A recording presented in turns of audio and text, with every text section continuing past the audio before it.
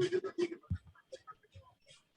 Everyone. अर्चना जी, जो दीदी सब आज बता एक दूंगी सैंपल मैं ये। भेजा है ना विदीपा जी ने, उसमें एक पैटर्न लिखा, एक उसमें लिखा हुआ है कि आपको एक A4 शीट में कुछ सैंपल वो दिए हैं कि उस तरीके से आपने कुछ अपना राइटअप देना है, और वो भी फ्री फ्लोइंग होना चाहिए, जो आपके दिमाग में आ रहा है वो लिख रहे हो। अगर ना आए तो कह रहे हैं कि किसी भी एक पैराग्राफ को देख के फिर लिखिए। I think it will better वो free form because क्या अपना सिस्टम अपन से माटे एक्टिव रहेगा ना तभी। Correct correct. तो इससे इट विल बेटर कि आप अपना खुद के फ्री थॉट ले, कुछ भी लिखे ना, कुछ भी क्रैप लिखे तो भी चलेगा, बट अपना क्या वो माइंड सबकॉन्शियस माइंड एक्टिव होना चाहिए। ओके।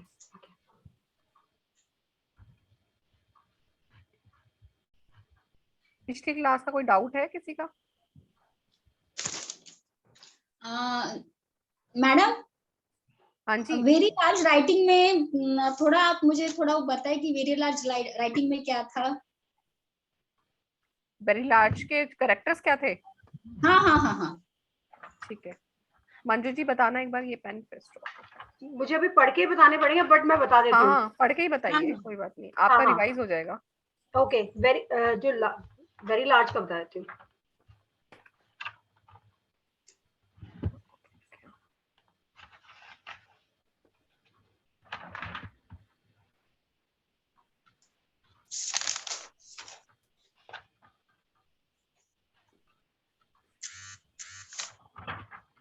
हाँ, वेरी लार्ज का था anything extra which seems to be fake, मतलब जो भी वो बहुत बड़ा कर रहा है दैट मींस वो ओरिजिनल नहीं है, वो फेक कर रहा है। Then they try to project as if they are the leaders, वो अपने आप को लीडर प्रोजेक्ट करते हैं बट एक्चुअली होते नहीं है।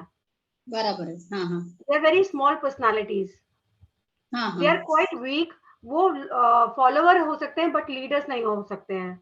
हाँ हाँ, वो पोर्ट्रे भी करते हैं। मैंने ये दो लिखी हुई है और इससे ज्यादा शायद वेरी लार्ज की दो तीन ही थी कि उनका पोर्ट्रेशन बिल्कुल डिफरेंट मिलेगा आपको।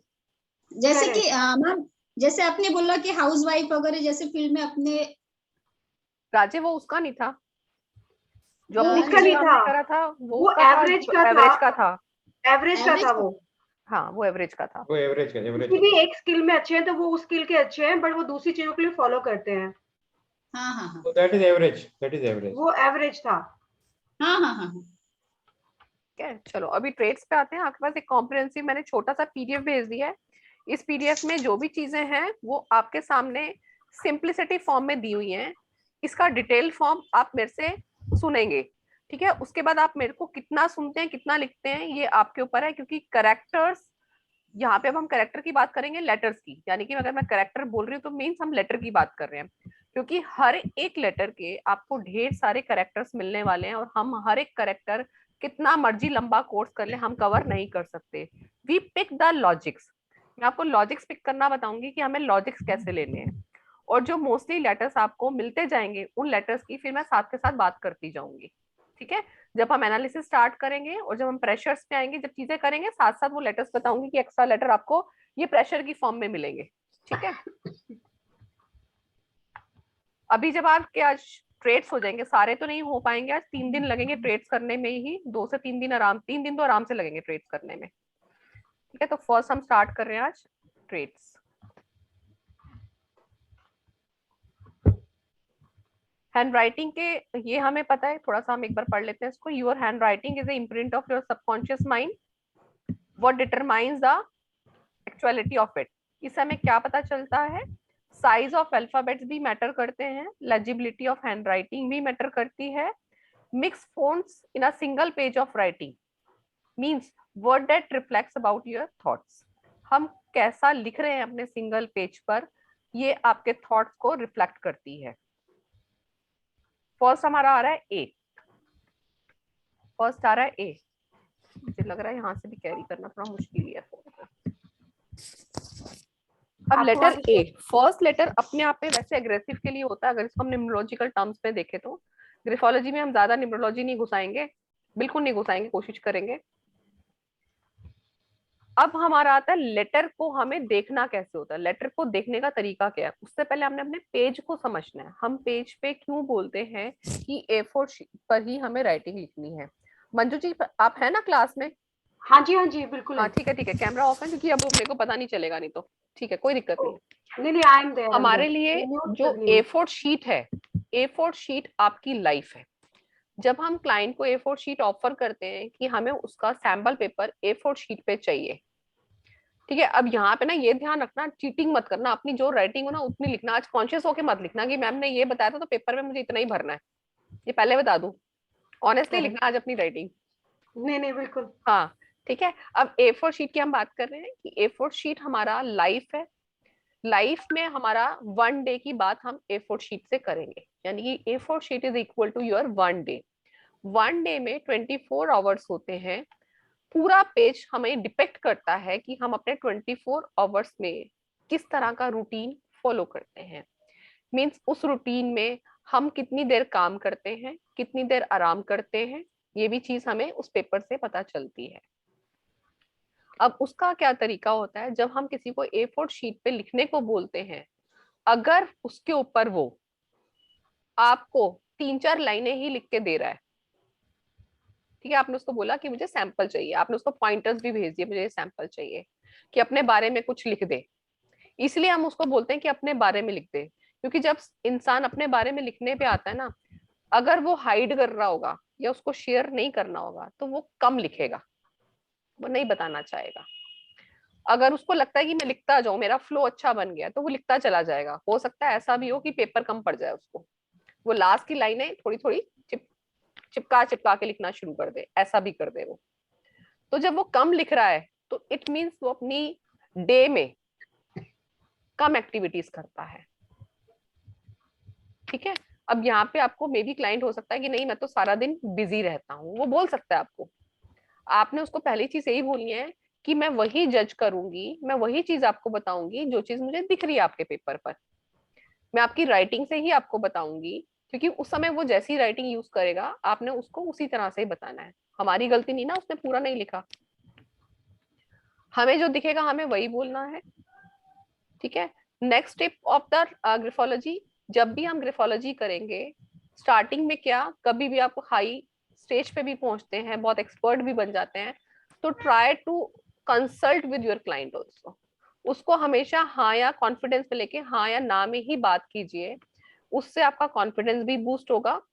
आपको अपनी चीजें भी पता चलेंगी कि आप कहाँ पे रॉन्ग हो, क्योंकि जितने एनालिसिस आप करते जाएंगे आपका कॉन्फिडेंस वहीं से मेंटेन होना है। तो बेटर अपने क्लाइंट्स के साथ एक रैपो बिल्डिंग बना के रखें, उसको कॉन्फिडेंस पे ले, उसको बोले देखो इससे आपकी प्रोग्रेस भी होगी, मेरी भी होगी, क्योंकि ये वो साइंस है, ये आपको तभी ही बताएगा कि आपका रिसर्च कितना ठीक जा रहा है।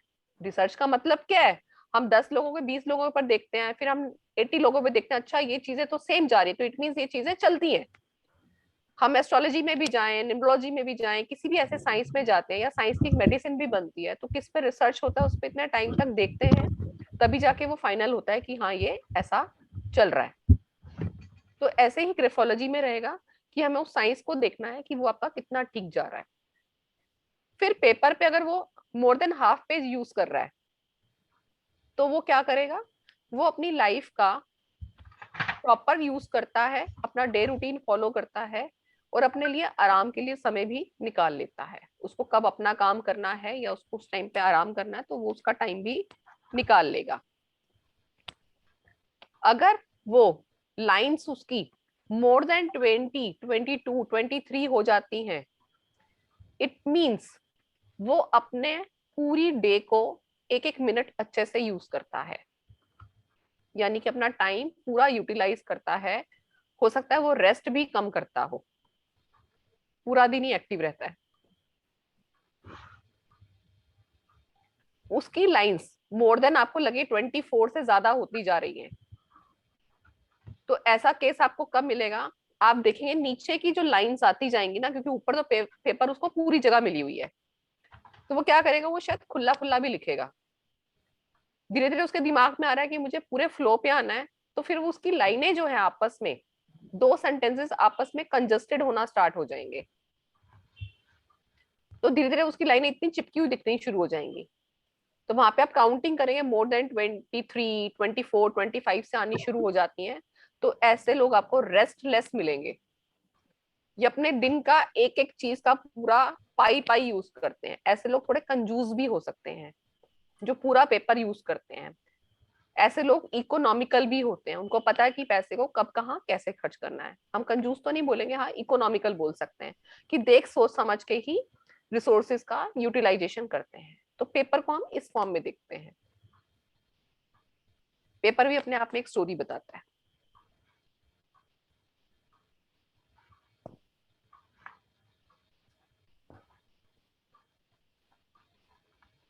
ट्रेड्स मेरा कराने का सिर्फ मोटिव ये है कि क्योंकि आज ना वो मुबारक जी भी नहीं है, तो ट्रेड्स का पीडीएफ भी है, और ट्रेड्स की प्रेजेंटेशन अगर दोबारा नहीं भी हुई ना तो ये रिवाइज हो सकती है।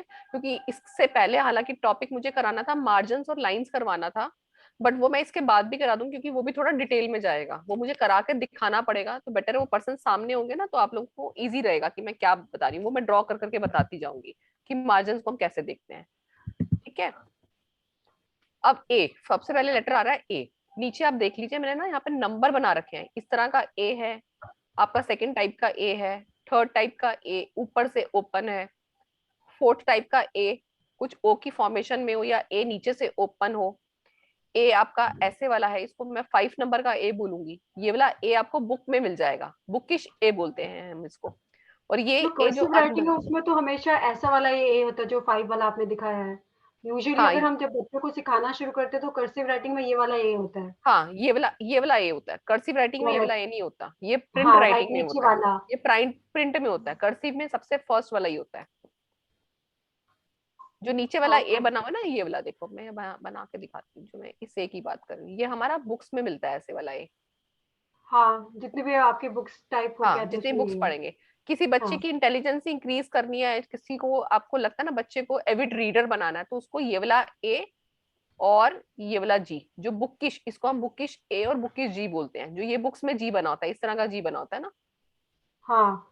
पहले किसी मैं की ऐसा ही रीडिंग, बनाती होती थी, बट किसी बाद का में रीडिंग, धीरे-धीरे। हाँ किसी का रीडिंग इंक्रीज करना हो, किसी को इंटेलिजेंट के लिए लगना हो कि हाँ वो कम इंटेलिजेंट है, तो उसको आप ये दोनों चीजें रिकमेंड कर सकते हो। ओके। ये इंटेलिजेंस शो करता है उस बंदे की, एविड रीडर शो करता है उनको कि ऐसे लोग एविड रीडर हैं। अब जो फर्स्ट नंबर का ए है, this is a small A is a squeezed form. Letters की फॉर्मेशन हम 99% स्मॉल लेटर्स की करते हैं, क्योंकि स्मॉल लेटर्स की फॉर्मेशन ही वेरिएशन में जाती है।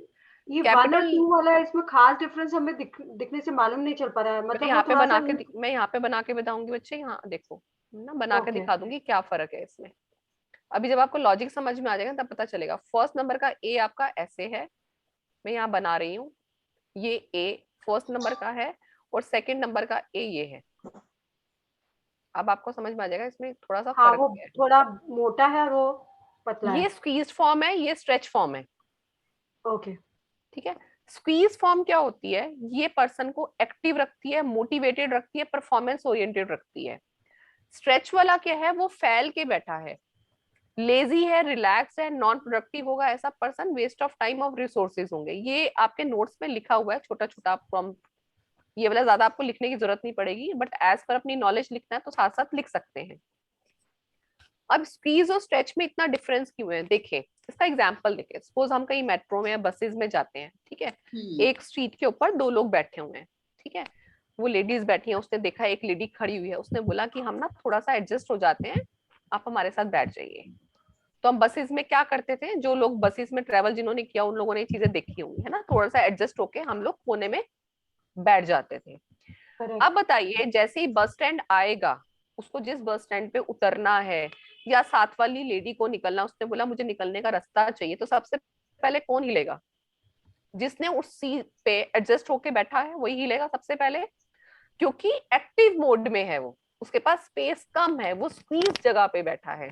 तो इसलिए जो स्क्वीज्ड फॉर्म में रहेगा वो पर्सन एक्टिव रहेगा। ऐसे ही आप मेट्रोज में जाते हैं, कहीं जाते हैं, ठीक है, कुछ लोग आप देखेंगे अच्छा आज तो आसपास की सीट खाली है, कहीं मोस्टली कहीं जेंट्स भी, लेडीज भी ना ऐसे अपना बैग भी ऊपर रखेंगी, जेंट्स लोग तो ऐसा फैल के बैठ जाते हैं आराम से कि मेट्रो खाली जा रही है, टांगे यूं आगे फैली होती हैं।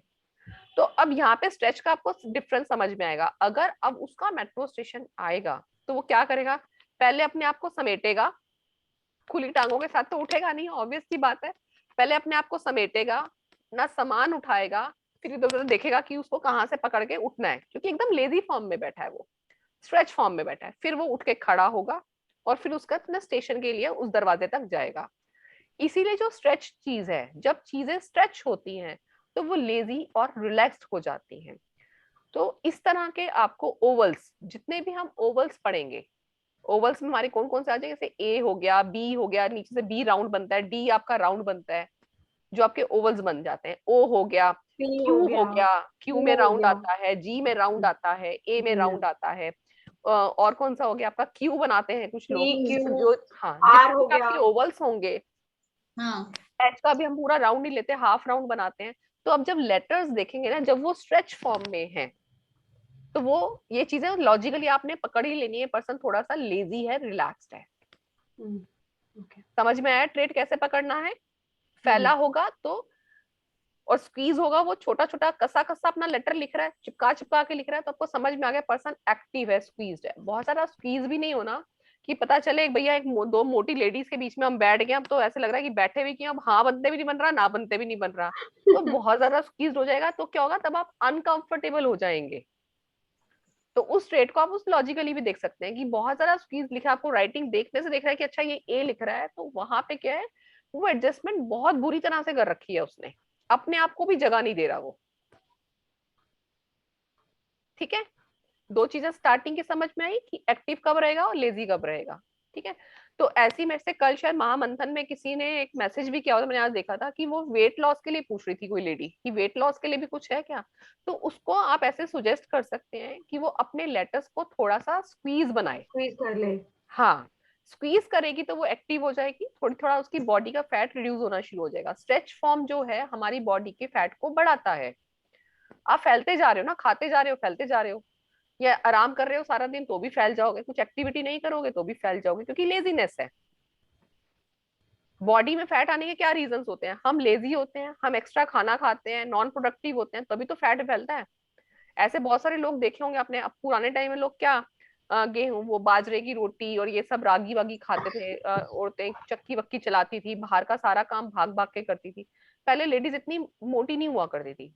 बट अगर हम अपनी मदर्स का टाइम देखें तो उनके अंदर थोड़ा सा चेंज आया, क्योंकि उनके टाइम में मशीन्स आ गई, वॉशिंग मशीन आ गया, मिक्सी आ गया, हाथों का ऐसे ऐसे चलना बंद हो गया। और हमारे टाइम में और ज्यादा हो गया कि हमारी तो हर काम मशीन से होने लगा। अगर मशीन से भी नहीं करना तो जोमेटो स्विगी जिंदाबाद। तो लेजीनेस और नॉन प्रोडक्टिविटी, हाँ, तो वो अपने आप क्रिएट हो गई। तो इसीलिए आप देखेंगे अभी आज की छोटी छोटी गर्ल्स में भी फैट बहुत ज्यादा हो रही है। और हम अगर पहले की कुछ चीजों को देखें, पहले क्लास में कोई एक आध बच्चा मोटा हुआ करता था और उसका सब बच्चे मजाक उड़ाते थे। एक आध बच्चे को चश्मा लगा होता था, उस बच्चे का सारे बच्चे मिलके मजाक उड़ाते थे। आजकल उल्टा है, आजकल 80 से 90% को चश्मा लगा है, तो इसलिए कोई किसी को बोलता नहीं है। ठीक है, पूरी क्लास में दीपा जी आपको नहीं लगा हुआ है, वरना हम चारों को लगा हुआ है। हाँ यार मुझे भी लग जाएगा, मैं चेकअप नहीं कराने गई नहीं हूँ, या बता मुझे भी लग जाए। मतलब ये मेरी ऑब्जर्वेशन है। हाँ यार 44 की तो मैं भी हो गई, चश्मा तो लगना ही चाहिए। बच्चे भी मुझे बोलते हैं मम्मा आप ही को नहीं लगा घर में। मैं कहा थोड़ा सा तुम भी भगवान का नाम वाम लिया करो, बैठा करो जरा, तुम्हारे भी उतर जाएंगे। मेरी मतलब मेरी छोटी डॉटर, मुझे नहीं अभी तक है कुछ टचवुड, मेरी बड़ी डॉटर को तो 3 साल हो गए, उसको भी 10th में उसका छोटा सा नंबर आ ही गया था। यार मेडिटेशन वगैरह करते हैं, इसके लिए नहीं है। हाँ मे भी इसीलिए नहीं है। हाँ। बाकी मेरे से छोटी सिस्टर है, उसको भी लग चुका है, मेरे से 1-1.5 साल ही छोटी है, उसको भी लगा हुआ है। एक वो क्या बोलते हैं, टाटा टाटा योगा। नहीं त्राटक नहीं करती हूँ मैं, त्राटक नहीं करती हूँ मैं, त्राटक नहीं करती। त्राटक से भी बड़ी आईज की मसल्स का होता है। मैं एक्चुअली ना आईज की मसल्स की एक्सरसाइज आजकल मैं रेखी में भी करवा रही हूँ, जो मेरी रेखी की क्लासेस होती है ना, मैं आपको भी बताती हूँ कैसे करनी है। अभी बताऊंगी इसके बाद कि कैसे कर सकते हैं, उससे भी आईज की मसल ना इंप्रूव होती है। मैंने पिछले 1-1.5 महीने से करने से भी वो शुरू किया है। स्टार्टिंग में दर्द होता था बट अब मजा आता है। उसके बाद आ गया आपका थर्ड नंबर का। थर्ड नंबर का आपका ए बना हुआ है, ऊपर से ओपन है, ओपन फ्रॉम टॉप। अब इसको कैसे याद रखना है? ठीक है, देखो मेरे एग्जाम्पल ना थोड़े से फनी होंगे, हितेश जी को पता है, बट वो आपको हमेशा याद रहेंगे। ए हमारा ऊपर से ओपन है। अब देखो अगर अपने फेस को देखो, आपका ए फेस है तो ऊपर से क्या ओपन होता है आपका माउथ, बोलने के लिए क्या मिला आपको, माउथ। तो जब हाँ, तो हमारा जब भी ओवल ऊपर से ओपन होगा तो वी आर टॉकेटिव। ठीक है, अब जब हमारे ओवल्स नीचे से ओपन होंगे तो नीचे we have a excretory system of the body. तो हम बॉडी से क्या निकालते हैं, अपना एक्सक्रीट निकालते हैं, है ना। तो हमारी बेकार की चीजें निकलती हैं, हेल्थ ड्रेनेज भी होती है। तो जो हमारे ओवल्स जब नीचे से ओपन होंगे तो ये ड्रेनेज ऑफ एनर्जी शो करता है, आपकी हेल्थ ड्रेन हो सकता है, आपका फाइनेंशियल इश्यूज ड्रेन हो सकते हैं। नीचे से ओपन होने के ये रीजन होते हैं। अब वो कितना ओपन है कितना नहीं है ये भी एक अलग कहानी होती है। ये याद रहेंगी दोनों चीजें ऐसे। Yes ma'am. ठीक है, ओपन फ्रॉम टॉप हो गया तो पर्सन टॉकेटिव भी होगा, ओपन माइंडेड भी होगा, ओपन टू न्यू आइडियाज भी होगा। ठीक है, अगर मॉडर्निटी को वो अपनाना चाहेगा तो वो ओपन माइंड से अपनाएगा। कुछ नए ट्रेडिशंस को फॉलो करना है उसको, घर में कोई नई चीजें आ रही हैं, बच्चे किसी नई चीज को लेके चल रहे हैं तो वो इजिली उसको एक्सेप्ट करेगा। ठीक है, अगर उसके वो क्लोज होंगे ना तो वहां पे थोड़ी सी प्रॉब्लम भी आते हैं। और उसके बाद में जब हम मार्जिन पे आएंगे आपको समझ में आएगा कि कुछ लोग उसको फिर अपनाएंगे ही नहीं। बच्चे मॉडर्न उस पे चल रहे हैं बट मम्मी पापा आज भी रिजिड है, नहीं हमारे घर में ऐसा नहीं होता, तुम ऐसा कर ही नहीं सकते। तो वो रिजिडिटी भी होती है, तो वो भी रिलेशनशिप्स में स्ट्रेन लेकर आती है, वो हम बाद में पढ़ेंगे। बट यहाँ पे लेटर्स की बात आ गई, अभी आगे ए लेटर आगे पे चलते हैं। अब नेक्स्ट आएगा आपका बुकिश ए, जो मैंने आपको बताया वो बना लेना, और एक ये वाला ए जो अंदर से हुक बना हुआ है इसका, ये वाला बना लेना। इसको एक मिनट पूरे फुल उसमें स्लाइड शो में करेंगे, शायद ज्यादा अच्छे से विजिबल होगा। मैं स्लाइड में करवा रही हूँ, स्लाइड में तो मैं करवा ही रही हूँ, मैं नोट्स में वैसे है ये। ठीक है, नेक्स्ट वाला आ गया ये more resources of a bookish a, जो आपको बना के दिखाया था। और एक बना के दिखाया था, ये भी बना देती हूँ दोबारा से, इनर हुक बोलते हैं इसको। ये ए देखो बनाना कैसे, मैंने यहाँ से ए शुरू किया, ये ए बनाया, ये ऐसे बना दिया, तो ये अपने आप में क्या क्रिएट हो गया, अंदर से हुक क्रिएट होगा। ये हो सकता है किसी पर्सन का आपको ऐसे भी मिले, मतलब पूरा नहीं है बट इतना है। तो वो कर्विंग कहाँ से शुरू करता है, वो यहाँ से शुरू करेगा तभी इनर हुक आता है। और कई बार ये हुक ऐसे भी आएगा, वो अपना ए बना रहा है तो ये वाली चीज से उसका हुक क्रिएट हो जाता है अंदर की तरफ। इसको हम स्टिंजर बोलते हैं, इस हुक को हम बोलते हैं स्टिंजर। Which one जो बीच में है आधा है? हाँ, इसको हम वो बोलते हैं हुक फॉर्मेशन बोलते हैं, this is called a स्टिंजर।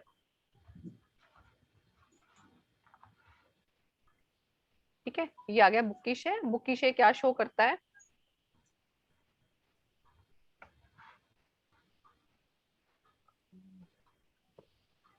They are love.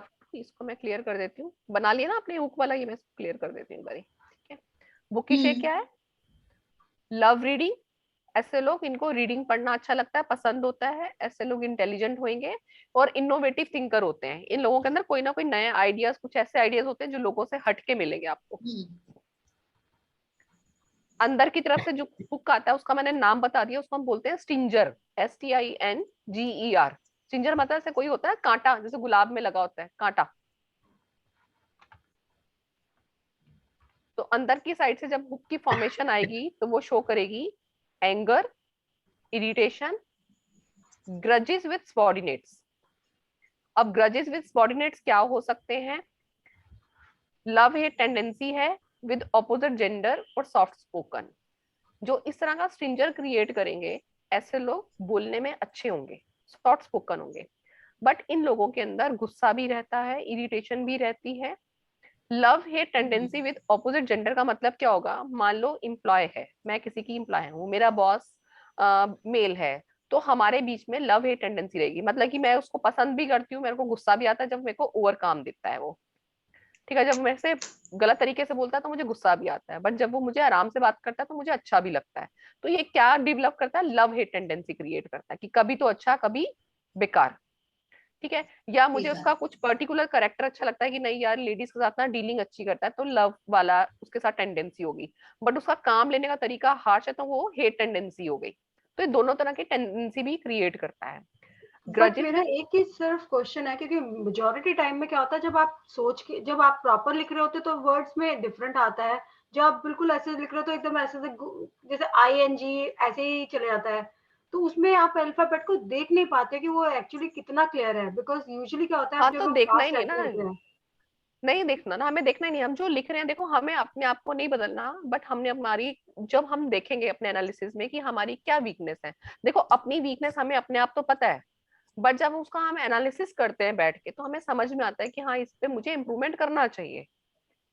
ठीक है। अब जैसे मेरे नंबर्स आते हैं, कई लोग बोलते हैं कि मैम आपकी, जैसे अब हम लोग अंतरदशा वगैरह पढ़ते हैं कि 9 मेरे इतनी बार आ रहे हैं, तो मुझे सब बोलते हैं कि मैम गुस्सा बहुत आ रहा होगा आपको। ठीक है। बट जो मेरे घर में रहते हैं उन सबको पता है कि मुझे गुस्सा कितना आता है कितना नहीं आता। ठीक है। मेरे बच्चे बच्चे बोलते हैं कि मम्मा, इससे कोई आ जाता है ना कि इसे नंबर्स पढ़े, बहुत सारा ग्रुप है मेरा, कोई ना कोई घर पे आ जाता है कि दीपा देखो गुस्सा बहुत आता होगा, बट मेरे बच्चे ऑलवेज यूज टू से कि मम्मा सबसे कूल है हमारे घर में। अब ये क्या, देखो फिर ये वो चीजें आती है ना कि जो चीजें आप उनसे हट के कर रहे हो। ठीक है। I do in the meditation, तो वो चीजें आपको काम भी करती हैं कहीं ना कहीं। मुझे पता है कि गुस्सा है, हाँ है। ऐसा नहीं कि मैं हर टाइम में बहुत सॉफ्ट रही हूँ, गुस्सा मेरा आता है तो बहुत ज्वालामुखी की तरह ही आता है। 9 वाले का ज्वालामुखी की तरह ही आता ना, है ना। वो हमेशा नहीं अब वो, आएगा, आएगा हाँ फिर चले हमेशा नहीं आएगा, जाएगा। लॉजिकल थिंग पे आएगा, मुझे पता है करेक्ट, लॉजिकल उसी थिंग पे पे आएगा। आएगा। और उसी पे आएगा।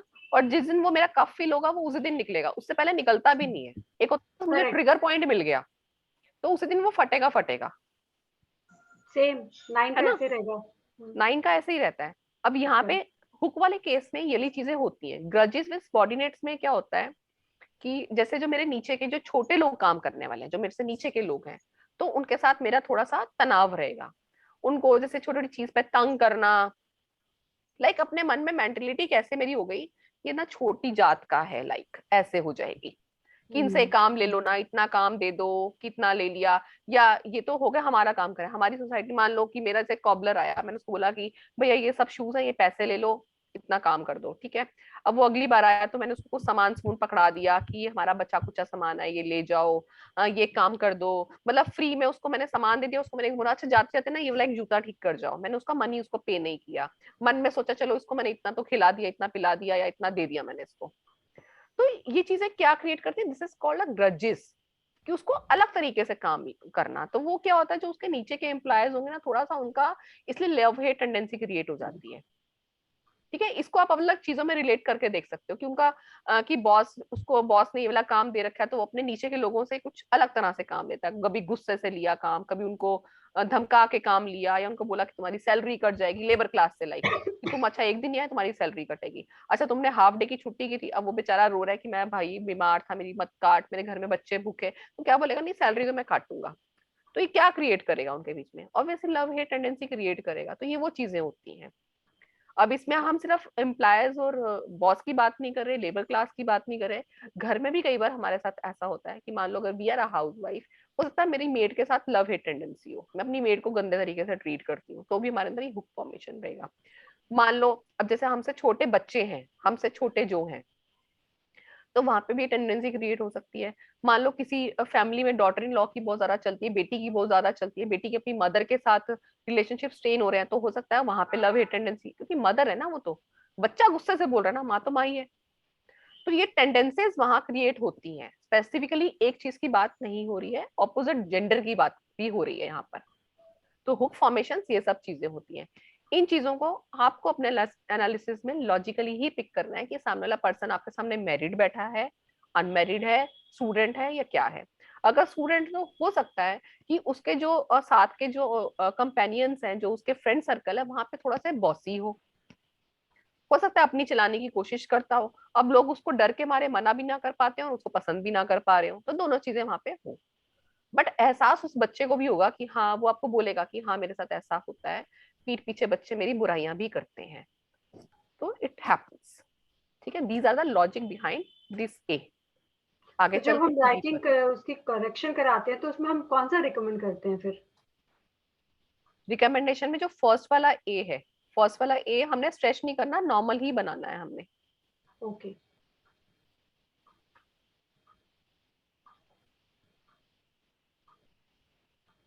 बिकॉज किसी में कुछ अच्छा है, किसी में कुछ अच्छा है, हाँ इसमें अगर बिल्कुल, हमें इंटेलिजेंस है। नॉर्मल ही बनाना है। देखो करेक्ट, वैसे तो करेक्ट। मेरा ना एडवाइस यही रहता है कि हम जो है ना वैसे रहें, बट ये है कि बस हाँ हमारी जो कमियां है ना हम उसको दूर करें।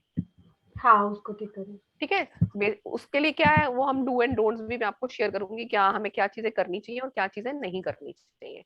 उतना भी हम कर लेते हैं तो भी काफी हद तक इम्प्रूवमेंट हमारे अंदर हो जाती है। अब बी पर आ रहे हैं।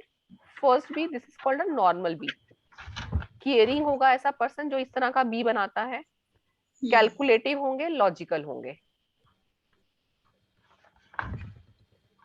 सेकंड टाइप का बी जो ऐसा वाला बनता है जो कर्सिव राइटिंग में सिखाया जाता है। ये राइट साइड का लूप बना हुआ है इसमें। जैसे बी बनाया और ये राइट साइड मूव कर गया, तो ऐसे लोग हम्बल होते हैं, हेल्पिंग होंगे, फ्लुएंट थिंकर होते हैं, इन लोगों की लॉजिकल अप्रोच रहती है। लेटर्स के अंदर जब कप फॉर्मेशन फील्ड होती है, यहाँ पे बी की फॉर्मेशन आप देखें कप की फॉर्म होती है। लेटर्स के अंदर जब भी कप की फॉर्मेशन रहती है तो ऐसे लोग हम्बल भी होते हैं, ये भी एक अलग लॉजिक है, ये भी आप लिख सकते हैं। जहां भी कप की फॉर्मेशन रहेगी, नीचे से राउंडिश रहेगा, तो वो पर्सन को हम्बल भी बनाता है। थर्ड नंबर का बी देखेंगे तो मैंने नीचे से इसको ओपन छोड़ा है। अब जब बी नीचे से ओपन होता है तो ऐसे लोग इम्पेशेंट मिलेंगे आपको। नीचे से ओपन है तो क्या बोला था, हेल्थ ड्रेनेज होती है।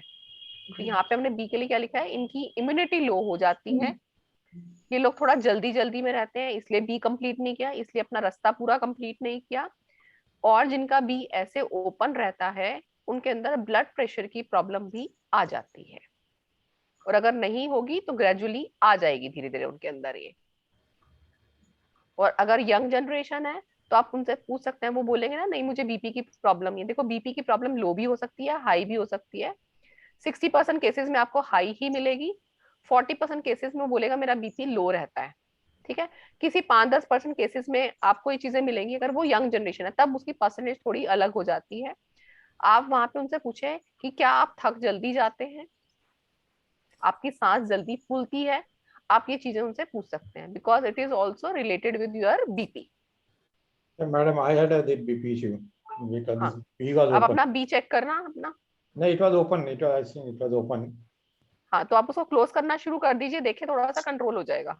नहीं, हाँ कंट्रोल में से वो मेडिसिन से कंट्रोल। मैंने भी नोट किया बी और पी जो भी ऐसे शब्द है वो सारे मेरे ओपन रहते नीचे से। तो अब आप चेक करना आपको बीपी का इशू तो नहीं है, बी आप कब से ओपन नहीं, कर रहे हो, लो है बीपी आपको? रहता। हाँ है, हाँ तो लो ठीक है, बीपी इसको है। क्लोज करना शुरू करो, देखो कंट्रोल हो जाएगा अभी अपने। मैंने पर्पसफुली बंद करना शुरू कर दिया है। हाँ बिल्कुल, अच्छा मुझे किया। याद है आपने किसी दिन तो कुछ बताया था, तो आपने कहा हाँ कि कोई हाँ ना कोई, हाँ हाँ, तो उस मैंने दिन से शायद मैंने वेबिनार में अपना भी बीच बताया। जब भी लिखती हूँ चाहे वो छूटा रहता है उसको वापस पूरा करती हूँ। हाँ आई मेक इट कंप्लीट, उसको बंद करती हूँ तब से। हाँ, नहीं बहुत अच्छा करते हो, ये आपको ना एटलीस्ट कंट्रोल कर देगा। करेक्ट, क्योंकि मुझे अभी तो मुझे ऐसा इतनी नहीं पता चलती है क्योंकि मुझे रही है पास्ट में। तो जब से मैंने आपको कभी सुना था कि ये वर्ड नीचे से ओपन रहा होगा कुछ, तो वहां से मैंने देख लिया कि मेरे क्या क्या वर्ड्स हैं जो ओपन रहते हैं। आपने भी तो अगर संदीप लिख भैया से लेती हूँ तो किया हुआ ना वापस आती हूँ, न्यूमरोलॉजी? उसको वापस बंद करती हूँ। संदीप भैया से किया हुआ ना आपने भी न्यूमरोलॉजी? हाँ, आप सिग्नेचर दिखाते ना, उनका सिग्नेचर देख लेना एक बारी। संदीप जी का। हाँ, ओके। या क्लास में जो अगर कोई आपके नोन में अभी भी उनसे कोई कोर्स कर रहा है, वो अपना क्लास में सिग्नेचर दिखाते हैं, उनका सिग्नेचर देख लेना, उनके बी ओपन है। हाँ, उनके भी ओपन है। मैंने उनको बोला था ना, तब उन्होंने बोला कि हाँ मैडम मेरी बाईपास हुई हुई है। उनकी बाईपास सर्जरी हो रखी है, हाँ स्टंट्स लगे थे शायद से उनको उस हाँ टाइम में। हाँ, मैंने उनको बोला था तभी उन्होंने बोला, कहता तुम्हें कैसे पता? तो मैंने कहा जिनकी सर आपका हार्ट, जिनको एंजियोप्लास्टी या हार्ट अटैक होते हैं या कुछ है, तो उनको उनके सारे वर्ड्स कहीं ना कहीं नीचे से ओपन है। बेसिकली ऐसे बी पे वाले ध्यान देना, बेसिकली सबसे पहले स्पेशली बी पे बी ध्यान पे। देना, because B is related with blood pressure. तो आपकी हार्ट की डिजीज ब्लड प्रेशर से ही क्रिएट होती है, हार्ट का कोई दैट और मीन्स रीजन नहीं आपका होता। डायबिटीज, जितने भी ब्लड से जुड़ते हैं वो मैं बोलती जाती हूँ। हाँ, आपका diabetes, thyroid, then blood pressure up and down, thyroid के हार्ट लिए का। आपका पी भी रिस्पॉन्सिबल है, थायराइड के लिए हमारे हार्मोनल इशू भी, क्योंकि देखो बीपी की प्रॉब्लम ना था उससे नहीं आती, हार्मोन से नहीं आती। जो थायराइड की बीपी प्रॉब्लम है की, ना, थायराइड इज रिलीज हाँ विद वो हार्मोन से हार्मोनल आती है इशू है। ठीक है, वो। डायबिटीज भी क्या है, डायबिटीज भी आपकी ब्लड प्रेशर कहीं ना कहीं तो रिस्पॉन्सिबल है, बट डायबिटीज भी आपका एक हार्मोनल है कि जब आपके पैनक्रियाज में सिक्रेशन ज्यादा होने लगता है इंसुलिन का, जब डिसबैलेंस होना शुरू होता है, तो insulin is disbalance. Also the hormone. तो ये हार्मोन से होगी। तो तो बी हार्मोन जो के लिए एच वाला कोलेस्ट्रॉल की प्रॉब्लम है रिस्पॉन्सिबल किसी है या की, पी रिस्पॉन्सिबल है? किसके लिए? हार्मोन्स के लिए हार्मोन्स में एच आपको या पी पी? में करवाऊंगी, पी में पी। करवाऊंगी, और आपको लोअर जोन जब करोगे ना, लोअर जोन में बताऊंगी, लोअर जोन में हम कहाँ से देखेंगे जब हम ओके। ये अभी ट्रेड जो आप कर रहे हो ना, ये समझो अभी आप इसका भी एक क्या समझू, ये हाफ पिक्चर है। अभी ओके। इसमें से बहुत सारे लेटर्स ऐसे हैं जिनकी हमारी फुल डे की क्लास रहेगी। कुछ लेटर्स ऐसे हैं, वाई की हमारी पूरी क्लास रहेगी एक दिन की, पूरी एक दिन की क्लास रहेगी वाई की सिर्फ। आई की क्लासेस रहेंगी दो, 2 क्लासेस ओके। में आई खत्म होगा। एक क्लास रहेगी सिर्फ टी की, पूरा टी खत्म होगा उसमें। सो अभी तो ट्रेलर है, पिक्चर ये भी सिर्फ बाकी हाँ ये अभी कुछ नहीं है, ठीक है, क्योंकि ये नोट्स मेरे राजीव वो बने हुए हैं जो मेरा as a association of handwriting improvement से हमें मिलता है ना। I am the associate member of the handwriting international, क्या बोलती करेक्ट, जाती यू मैं, are part of HHA, that. है ना। करेक्ट। तो आई एम पार्ट हाँ। ऑफ दैट, तो वहां पे ना एक वो बना होता है कि इतना सीक्वेंस ही होगा, बाकी हम क्या बोलते हैं क्या सिखा पाते हैं, क्योंकि this is a very deep kind of study.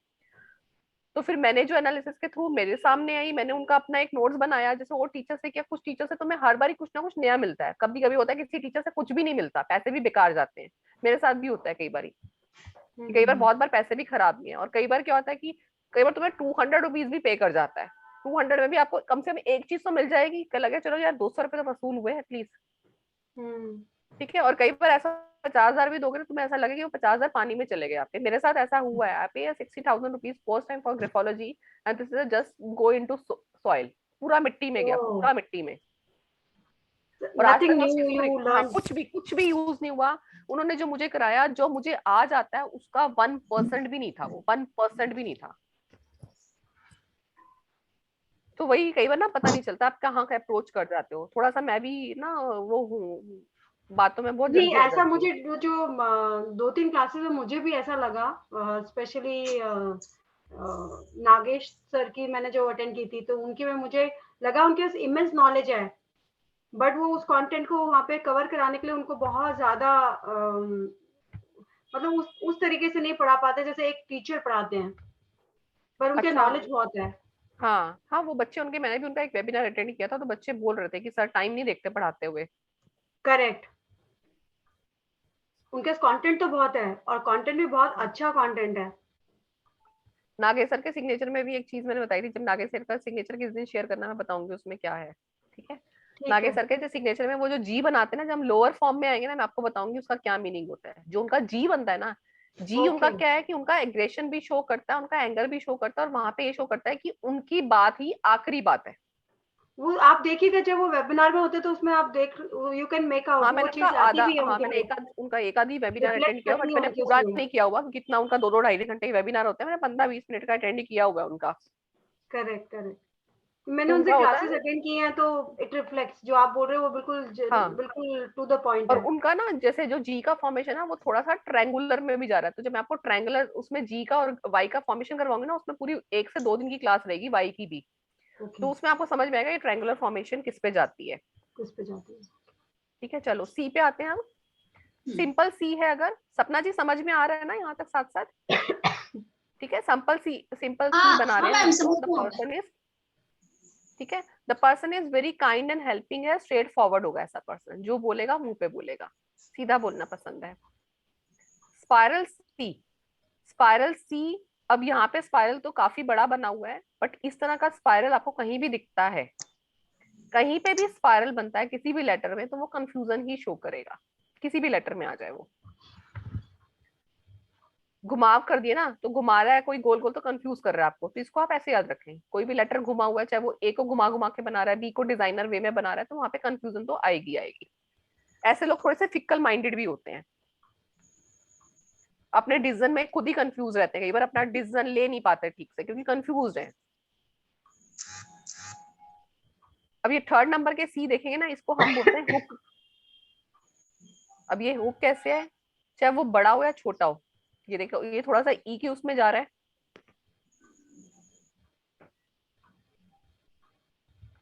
Again hook आ रहा है, तो इसको हमने क्या बोलना है, स्ट्रिंजर, स्ट्रिंजर है, हम इसको ग्राफोलॉजी लैंग्वेज में स्ट्रिंजर बोलते हैं, या हुक भी बोलते हैं, ठीक है। हुक फॉर्मेशन आएगी। अब हुक फॉर्मेशन को लॉजिकली क्या याद रखेंगे, इसको याद रखें गुलाब के फूल से, हुक है उसके अंदर, गुलाब के साथ कांटे लगे हैं, स्ट्रिंजर लगा हुआ है, तो जब आपके हाथ में चुभेगा तो आपको दर्द होगा, इरिटेशन होगी, ठीक है। अब मैं गुलाब इधर से तोड़ रही हूँ, इधर से मुझे किसी ने आवाज लगाई कि तुम ऐसा कर लोगी क्या, मेरे हाथ में कांटा चुभा, और मैंने बोला नहीं नहीं मुझे मत बताओ ये क्या क्या बोल रहे थे, हम क्या होंगे 1 मिनट में थोड़ा सा वो हो जाएंगे, क्योंकि हाथ में एकदम चुभा ना, तो क्या हो जाएगा, वेवी डिसीजन। जब इनर हुक आता है सी लेटर में, तो वेवी डिसीजन भी देगा, अभी कुछ और अभी कुछ।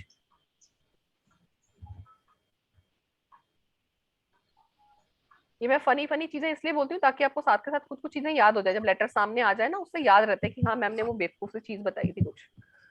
नहीं, but this is very logically और ब्रीफिंग, तो ज्यादा अच्छे से याद रहेगा। हाँ, क्योंकि अभी लेटर्स इसमें कुछ भी नहीं है, आप जितना करेंगे ना आप देखना एक टाइम पे आपको लगेगा कि मैम ने तो कुछ भी नहीं पढ़ाया हमें, ऐसा भी लगेगा आपको, टू बी वेरी ट्रू। मैं आज भी पढ़ती हूँ तो मुझे लगता है मैंने कहीं नहीं पढ़ा हुआ, क्योंकि ये सब आपकी खुद की रिसर्च रहेगी कि आप उसके बाद कितना पढ़ते हो। मैं वो कुछ बुक्स भी रिकमेंड कर दूंगी, आपको अच्छा लगे सब्जेक्ट तो आप और आगे पढ़ते जाना इसको। और मैं अपने कुछ स्टूडेंट से भी आपको मिलवाऊंगी। मेरी अभी एक बड़ी सबसे कम एज की लड़की है जो मेरी स्टूडेंट है, वो है 18 ईयर्स की है अभी, 18 ईयर्स की हो गई है या होने वाली है वो है। उसके बाद एक और है, वो बहुत अच्छा कर रही है, वो मुझे आजकल अपने इंस्टा पे साथ ही टैग कर देती है कि इनसे सीखा हुआ है मैंने। उसने खत्म किया था कोर्स मेरे पास, अक्टूबर में खत्म किया था। एंड उसके बाद उसको जैसे जैसे मैंने बोला उसने उस तरह का काम किया, 30 लोगों का एनालिसिस उसने किया और 30 लोगों ने उसको अप्रिशिएट किया है।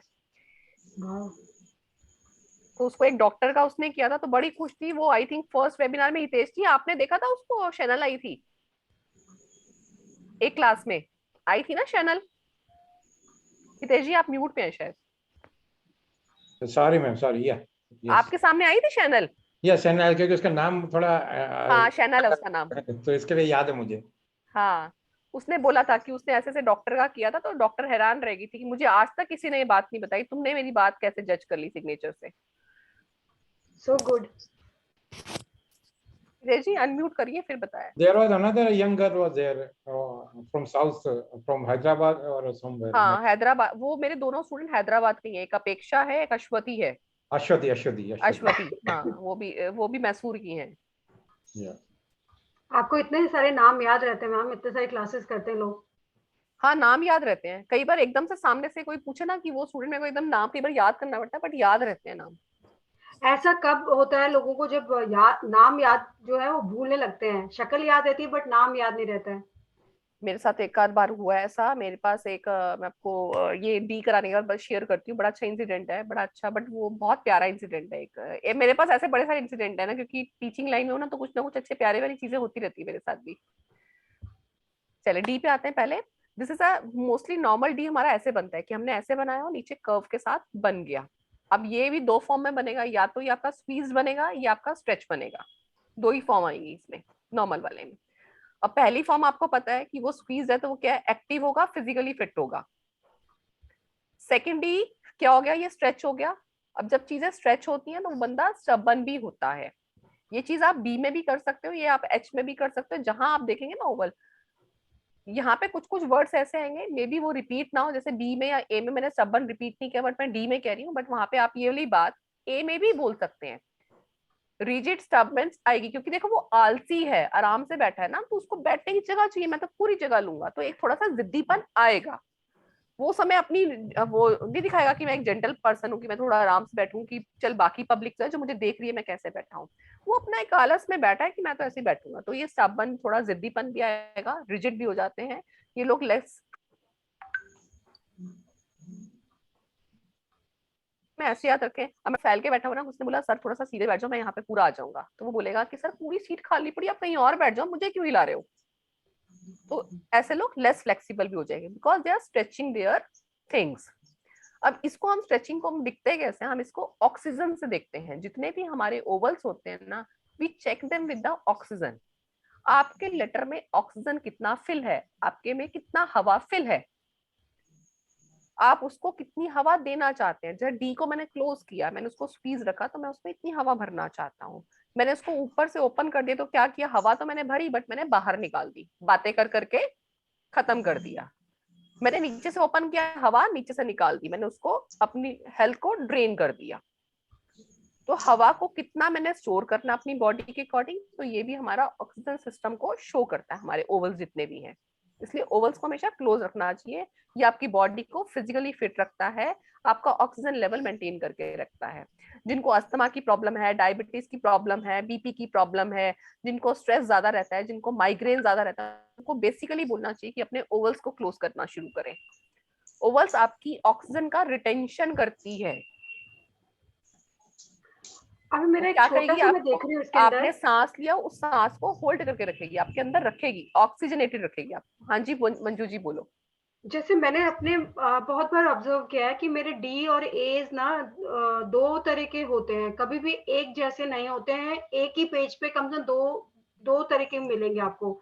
जैसे इसमें मैं देख रही हूँ, मैंने अभी जैसे आइडिया भी लिखा है, या फिर मैंने लिखा है कि ओके कंफ्यूज्ड, जहाँ लास्ट में आता है वहां पे मेरा हमेशा नंबर आपका जो ये बन रहा है 6 पे, जो 5 पे हाँ बना है वो बनता हाँ है। और यूजुअली जब मैं शुरू करती हूँ आइडिया टाइप में लिखती हूँ तो वहां पे मेरा फर्स्ट वाला बनता है। तो हाँ ऐसे में क्या होता है, क्योंकि दो तरीके के तो जरूर बनते हैं, मुझे इतना पता है। जी भी मेरे दो तरीके के बनते हैं, ए भी ऑलमोस्ट दो तरीके के बनते हैं। हाँ, आई वो गेट कंफ्यूज हम ना क्योंकि कई रेशो बार भी मेरा काउंट ए करते हैं इन कितनी कंटिन्यूएशन रेशो जा आता रही है है तो उसकी। उसमें ऐसे करके चले जाता है, और कभी कभी ऐसा होता है कि ऐसे करके ऐसे गया। तो आई एम स्लाइटली कंफ्यूज कि जहाँ दो तरीके के लिखते हैं वहां उनका क्या वो हम निकलता रेशो है। पे काउंट करते हैं, वो मैं एनालिसिस में बताऊंगी उसको हमने कैसे देखना है। ओके। ठीक है, जब हम एनालिसिस पे आएंगे।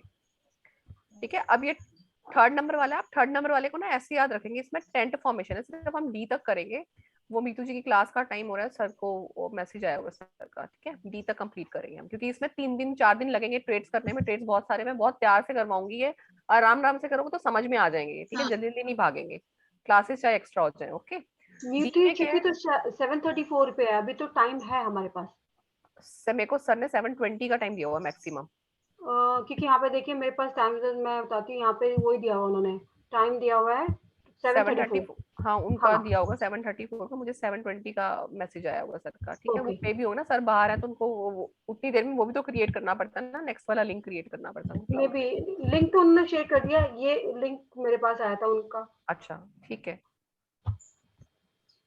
ठीक है, अब देखिए ये वाला, इसको हम बोलते हैं टेंट वाली फॉर्मेशन। देखो थोड़ा सा टेंट लग रहा होगा ना, ये जो बीच में एक टेंट क्रिएट हो गया, यहाँ पे ओवल है, यहाँ पे हाथ बना हुआ है इसका, तो बीच में एक क्रिएट हो गया। हम्म, जब भी ऐसी टेंट वाली फॉर्मेशन रहती है ना, ये भी सेल्फ इरिटेशन शो करती है, ये भी स्टबनेस शो करती है थोड़ी सी। ऐसे लोग भी थोड़े जिद्दी होते हैं, क्योंकि अपनी जगह ज्यादा ले रहे ना, भगवान जी ने जगह दी इतनी, लोग ये लोग फैल के बैठ गए, तो ऐसे लोग थोड़े से सेल्फ इरिटेटेड मिलेंगे। सेकेंड रीजन इनका ये है कि they are having a strict type of parents. अब जगह ज्यादा लेंगे ना हाँ जब, तब भी एनर्जी का ड्रेनेज होता है ना, आप रिसोर्सेज को खराब कर रहे हैं, अपनी ड्रेन कर रहे हैं अपनी एनर्जी। डाइजेस्टिव इशू भी क्रिएट करता है।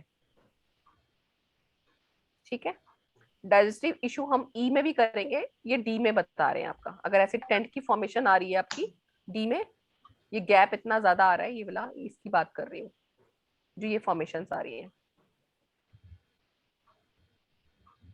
ठीक है, दिस वन, ये जो ऐसे बन गया ना, ये हट सा बन गया, इसको हम बोलते हैं टेंट की फॉर्मेशन। ये कई लेटर्स में भी दिखेंगे, कई लोगों का एच भी ऐसे जा रहा होता है। तो जहां भी ये टेंट फॉर्मेशन क्रिएट होती है, वहां पे स्टबनेस और स्टिक पेरेंट्स का थोड़ा पता चलता है।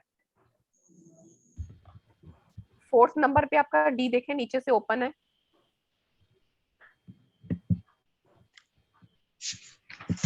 यहाँ पे क्या है, जब डी नीचे से ओपन है, एक तो ये लो इम्यूनिटी तो करेगा, यहाँ पे भी डाइजेशन इशू भी हो सकता है।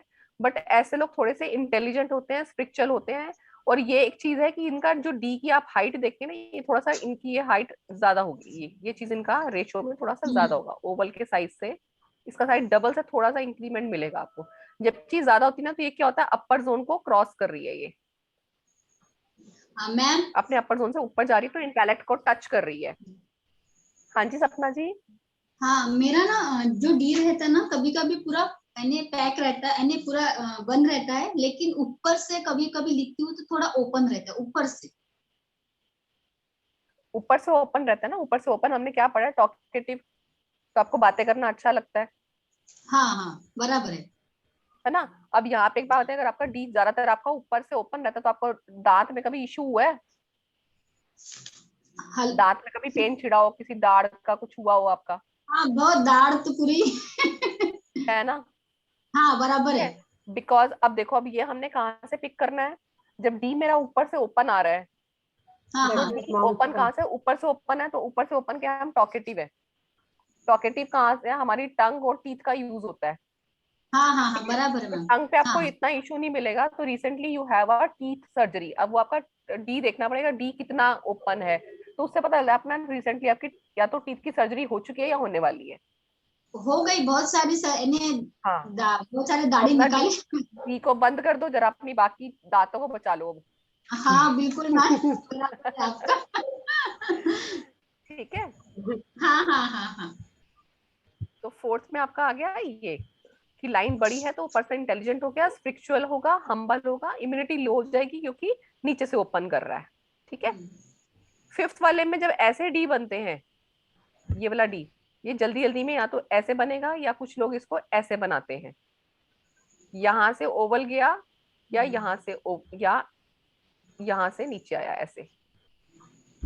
तो ऐसे लोग थोड़े से wants to learn more futuristic ideas में होते हैं, ऐसे लोग हम्बल भी मिलेंगे, ये लोग भी कहीं ना कहीं स्पिरिचुअलिटी से कनेक्टेड होते हैं, पूजा पाठ वगैरह करना इनको अच्छा लगता है। फिफ्थ नंबर वाले डी, यही वाला मैं बता रही थी कि मेरा ये वाला आता है।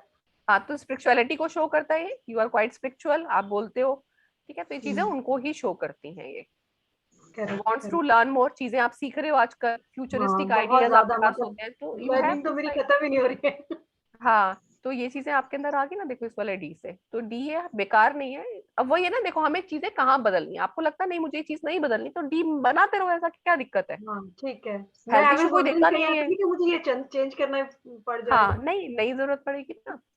6 नंबर का डी जब ऐसे लूप बना रहा है, वो ये लूप बनाते हुए डी ऊपर बनाया तो यहीं से ऐसे कर रहा है, या वो यहाँ से शुरू हुआ ऐसा डी बना रहा है, ये लूपिंग का फॉर्म आता है। इसको जब ये छोटा रहता है ना, अब इसमें एक चीज ध्यान रखना, जब ये छोटा रहेगा ना ऐसा, तो इसको हम बोलते हैं नॉट, उसने गांठ लगा दी। और अगर वो थोड़ा बड़ा रहेगा, जैसे ये ऐसे वाला डी बनाया उसने, लाइक ऐसे बनाया, तो this is called loop, this is loop and this is hook.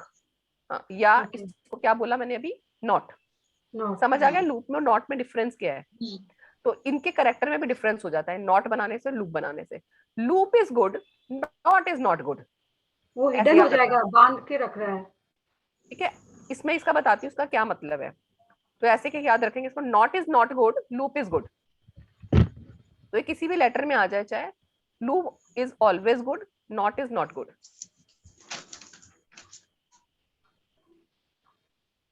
6 number का ये जो डी, जो हमने नॉट की बात की है, तो इनके अंदर क्या डिटर्मिनेशन इन आइडिया है, बट ये लोग कंफ्यूज हैं। आइडिया स्टोरेज तो है, बट ये लोग कंफ्यूज रहेंगे, क्योंकि जो नॉट है ना, जब हम गांठ लगाते हैं, आप इसको ऐसे देखें, रस्सी में मैंने गांठ लगा दी, ठीक है, अब मैं उसको यूज नहीं कर पा रही ना। अगर मैं गांठ ना लगाती तो मैं उसको यूज कर सकती थी, मैंने उसमें गांठ ही लगा दी बीच में। तो उसमें गांठ ना लगी होती, या मैंने उसको डबल फोल्ड कर लिया होता, तो मैं कहीं ना कहीं उसको यूज कर लेती। मैंने उसके बीच में गांठें ही लगा दी, तो अब गांठें लगा दी तो रस्सी को भी मैंने बेकार कर दिया। अब अपने आप में क्या है, रस्सी क्या बोली, मैं गांठ लग के टाइट होगी, डिटर्मिनेशन इन आइडिया आ गया, बट कंफ्यूज तो होगी ना कि गांठें लगी हैं, तो इसको हम यहाँ से यूज ही नहीं कर सकते। ठीक है, तो आइडिया स्टोरेज भी हो गया, क्योंकि गांठ लगी है वहां पे, उसका कुछ आइडिया स्टोर हो गया, उसने उस चीज को बंद ही कर दिया, लॉक कर दिया फिर उस चीज को। ठीक है, इसको ऐसे याद रखेंगे। उसके बाद हमारा आएगा नेक्स्ट, पहले वाले में ओपन टू लर्न होगा, ओपन टू शेयर आइडियाज। हाँ नेक्स्ट ई आएगा, ई हम फिर कल नेक्स्ट क्लास में करेंगे। हाँ